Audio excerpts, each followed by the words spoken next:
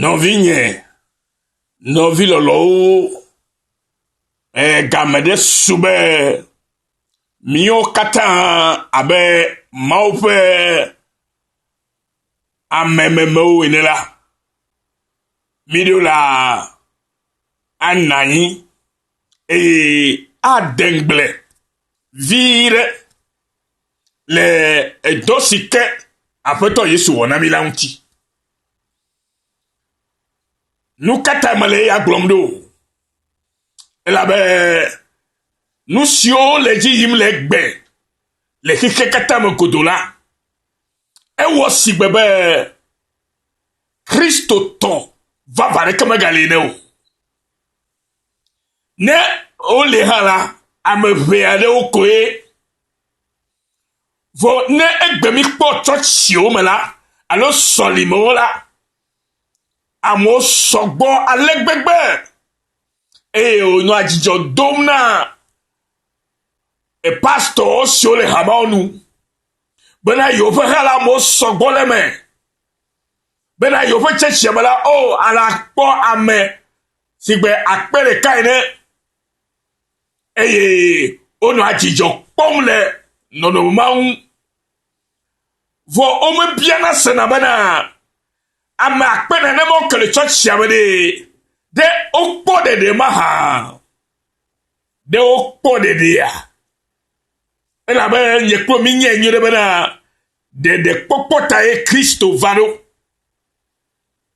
Eya ta nɔvinye, gbedodoɖa si nye nyuietɔ kple esi dze be miado ɖa na Mawu, gbedodoɖa si nye nyuietɔ kekeake kple esi dze be mianɔ dodom ɖa na Mawu gbe sia gbe ɖe míaƒe ƒometɔwo ta, ɖe amegbetɔ ƒomea katã ta le agbenyigba ya dzi, elabe afi sie eyi yɔ ɖo fifi la, ela sese bena ne ge ɖe tsɔtsi ɖe me la, ne bia ɖeɖe kpɔkpɔ gɔme ame geɖewo la, womate ŋu aɖe gɔme o, womese gɔme kaka va ɖe gɔme o, elabe woawo ŋutɔ womekpɔ ɖeɖe o, ɖeko wole tsɛtsi yim ko, ɖeko wole ƒuƒoƒea yim ko, elabe tsɛtsi le afi ma, elabe amewo le yiyim ta nye hã ma yi, ɖeko wole gbedoɖaƒe yim ko hele enu siwo medze be woaɖi nye enu gbagbeatɔwo la, womele ya dim o, ke enu na dzedzi nam, ma yovo de makpɔ nu ya kple yawo eye ewɔ ne sia bena ame geɖewo wole bubu ƒe mɔ dzi. Vɔ menye bena Aƒetɔ Yesu va be ɖe yeƒe alẽhawo la wona tsrɔ̃ wo ɖe ebe wone kpɔ ɖeɖe, eya ta aƒe ya si ke me mi dze la, mele yɔyɔ wɔ na amegbetɔ ƒomea katã, vevietɔ dunyemetɔwo togotɔwo bena wone nɔ anyi ne wona de ŋgble le woƒe amenyenye ŋuti gbagbagba eye vegoa la wona dze si wo ɖokuiwo eye tɔgoa la wone tsɔ woƒe agbe tsɔ na Aƒetɔ Yesu Kristo Mawu gbagbe la na woƒe ɖeɖekpɔkpɔ, na ame sia ame ƒe ɖeɖekpɔkpɔ, elabe ɖeɖekpɔkpɔ ta ye Kristo va ɖo. Ɖeɖekpɔkpɔ ye nu gbagbeetɔ ke le anye Kristotɔ alo Kristotɔ ƒe atizɔti alo gɔmeɖokpe hafi wòayi tsɔtsi, hafi wòanye enuya Mawu ƒe vi. Aleluya. Eya ta gbedodoɖa si nye nyuietɔ kple esi dze be míale dodom na Mawu la, enye sia bena, aleluya, bena ame sia ame nakpɔ xɔxɔ, ame sia ame nakpɔ ɖeɖe, elabe ɖeɖe kpɔkpɔ ta ye Kristo Yesu va ɖo.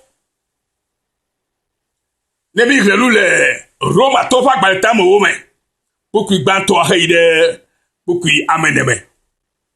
Praise the Lord.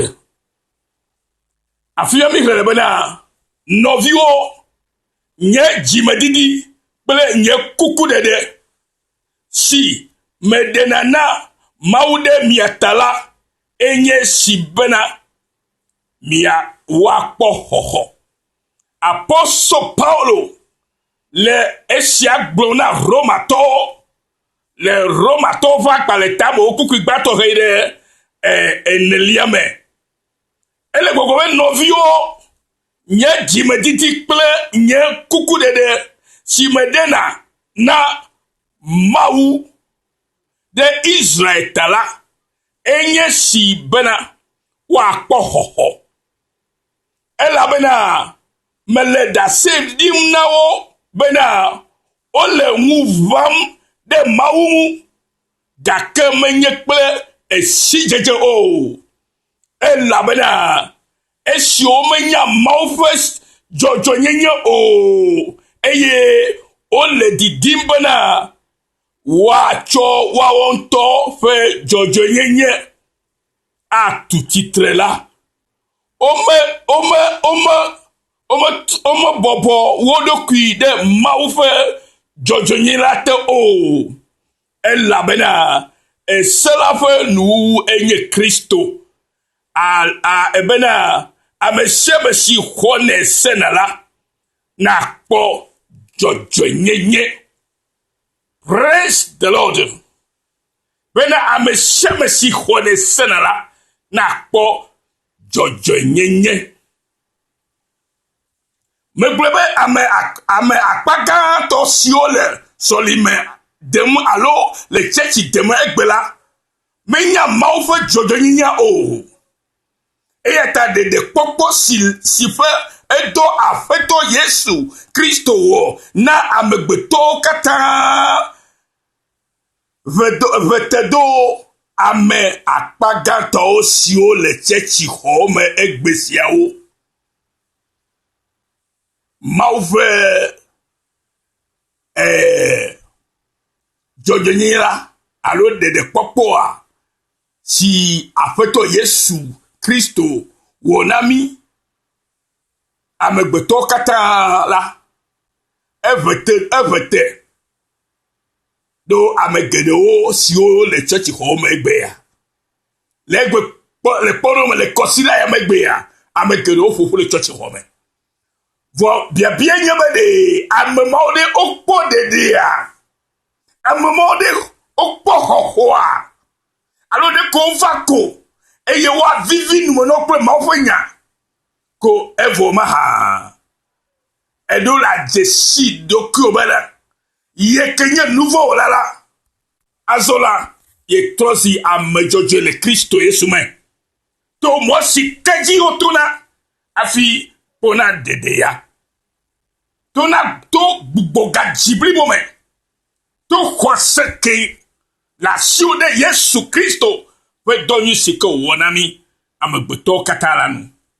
Eya ta nɔvinye Apostol Paul ɖo kpe dzi abe leke mele kpe ɖo dzi na mi ne be gbedodo la ke dze na ehamewo egbe ke dze na pastorwo egbe la ye nye be wona kpɔkpɔ nyui ɖe bena ame akpe nene ke le woƒe tsɔtsiwo me, ame sɔgbɔ ke le woƒe tsɔtsiwo me la ɖeɖekpɔkpɔ ƒe amewo nye ame siwo kpɔ dzɔdzɔnyenye le Kristo me. Hallelujah. Vɔ ne ye be mi menyae o la ye nye nu sia bena amewo to awɔ woaɖo te woƒe dzɔdzɔnyenye elabe womenya Mawu ƒe dzɔdzɔnyenye o. Nɔvinye eya ta ele vevie na wo elabena mele dase ɖim na mi bena miele ŋu ʋãm ɖe Mawu ŋu. Mile gbɔgblɔm be yewo ƒe tsɔtsi lolo amewo le me bibibibibi ke fi ka yewo le o. Ame siwo le me kpɔ ɖeɖea woya ɖe emɔ buya me lo alo mɔ gbadza me yiwo lea miatɔ mi bu ŋuti kpɔ lo elabe nenye be togoviwo kpɔ ɖeɖe nyateƒea ɖeɖekpɔkpɔ la va Togo ƒe dua me na mi. Ɖeɖekpɔkpɔ ke tso Mawu gbɔ nenye be togoviwo ke le tsɛtsi egbe eye nyateƒe me ye ɖeɖekpɔkpɔ ke Kristo tsɔ va na mi eye wònye miatɔ nyateƒe la o ame sia ame la vo egbe le Togo. Alléluia. Vɔ gakea basa kpasaga la Nubuko amole. Nubuko amole. Doko amole gbogbo danato. Yo wana nukunu. Yo na jesio. Yo gona nyadi. Yo a kleke e ya kleke me. No vie. Do la segome. Il est giga.